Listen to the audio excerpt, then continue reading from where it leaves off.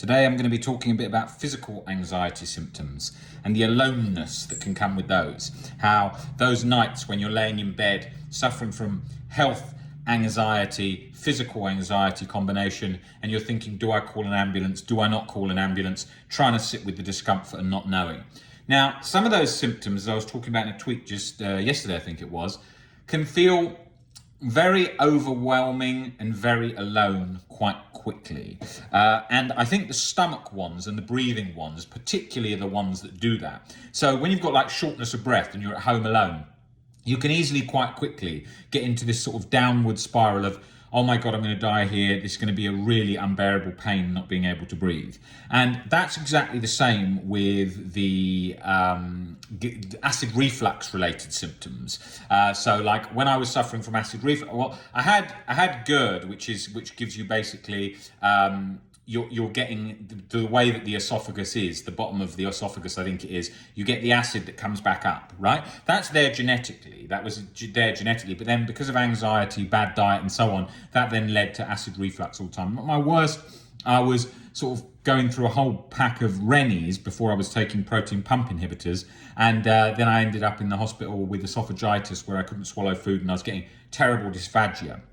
Then that would feel like you were choking to death. Then you had endoscopy. Then they gave me the PPIs, which then cleared that all up quite quickly in about a month or so. Then you get confident again with eating. And then there's all this anxiety relating to each part of the disorder. So for example, when I would go out eating after that, just go out for dinner or have a glass of wine, someone would say, have a glass of red wine. I'd think, oh my God, this is going to cause really bad acid reflux. I don't want to get into that position again. So you then start avoiding foods and you become very on a sort of constricted diet. There was one point where I was just eating soup because I was so concerned about getting a bad esophagus again, and then that leading to Barrett's esophagus, which they can say is a higher risk for esophageal cancer, throat cancer. So I thought to myself, really don't want that. So then you start avoiding everything and then being extra careful. And it goes from one thing to another. When my esophagitis was so bad and I could barely swallow food, at the time I was like, oh, it's just anxiety, don't worry. And off I went. And actually I was having a problem in the throat, in the esophagus.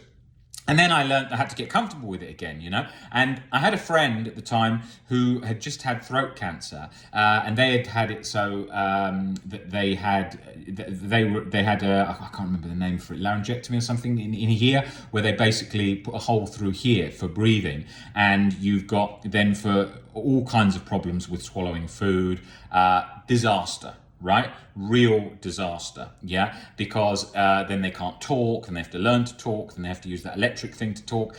Very, very difficult situation. And I saw with her how she would just eat food and drink alcohol and everything, and got on with it. And I was like, yeah, but you've had some choking episodes where you nearly died. And she's like, yeah, but I've got to live. And then I thought, yeah, wow, that's an amazing attitude with things. I've got to be more like that with a lot of my situation.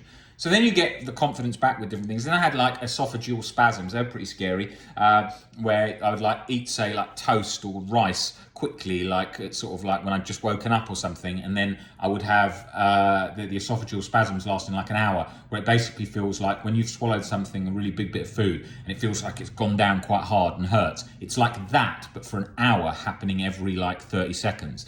And then you're also sort of throwing up loads of mucus from the esophagus as well. So it's a pretty horrible, isolating situation again. But then obviously that changed when I just learned about changing the diet and so on. And I got over all those, and they feel like a thing of the past. I'd only get like acid reflux today because I've got no chronic anxiety. I'd only get acid reflux today if I was like drinking loads of red wine, loads of brandy, going to bed like very quickly afterwards, and a big late night meal.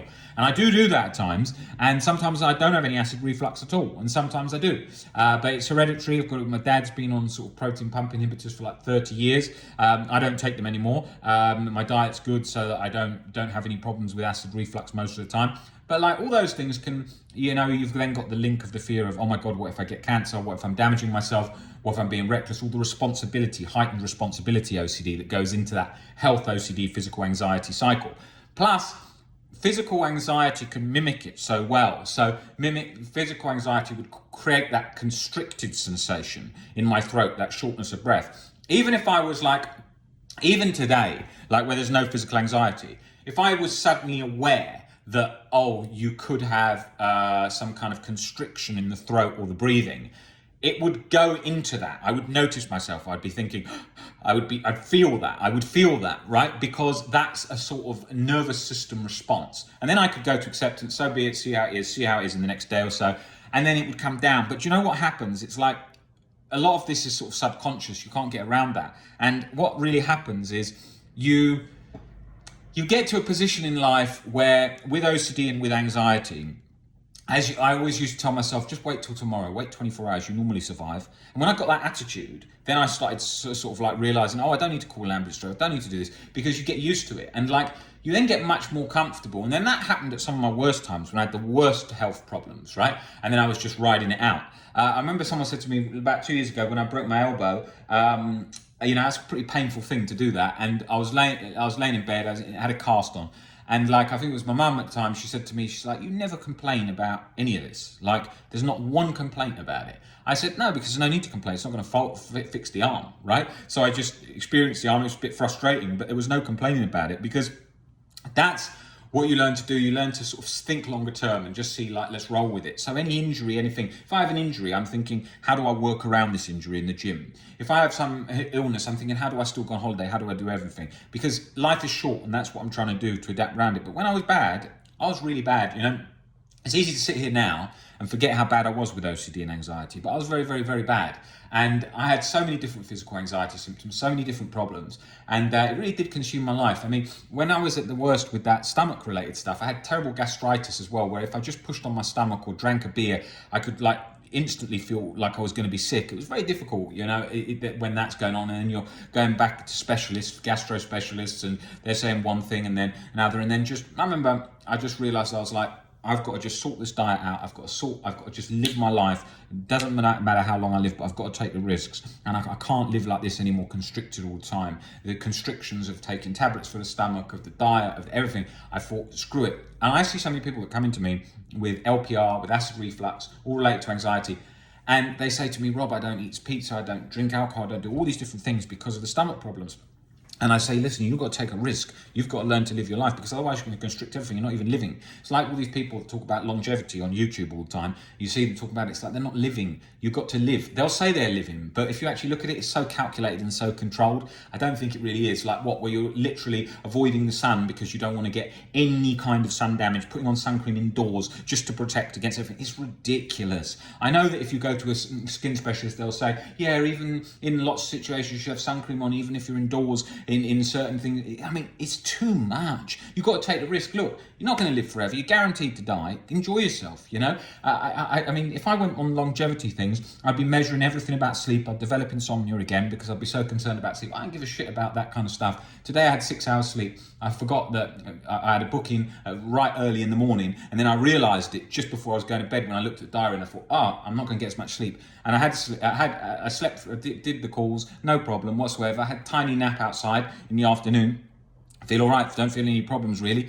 It'd be nice to have a bit of sleep, but it's not the end of the world. And so when you start to take that mindset on everything, you start to live freely, you start to be not constricted by the nervous system control, the nervous system chains, and the chains of society puts on you through so many health articles that they're sort of shoving down your throat 24/7. So you've got to learn to live like that, because the freedom to me is worth everything. I want to live a life that's free. I don't want to think I'm constricted by all different kinds of health things. Even when you're going with OCD, it's like, it's full on, it's 24/7 chronic, relentless anxiety. It's not budging for a very long time. So it does weigh you down after a while, and you think, fuck this, I want to live my life, I want to do everything. That's why Nick talks so much about bringing it for the ride. He's hiking all these mountains, 14,000 mountains, and when he's doing this all the time, he's thinking of the times when he was so stuck and he was in such a bad way. Now he can do all that and feels free, and that's what life's about. Life is about that level of freedom that you get from it, especially when you've had health conditions. How constricting they are. A lot of people haven't had that.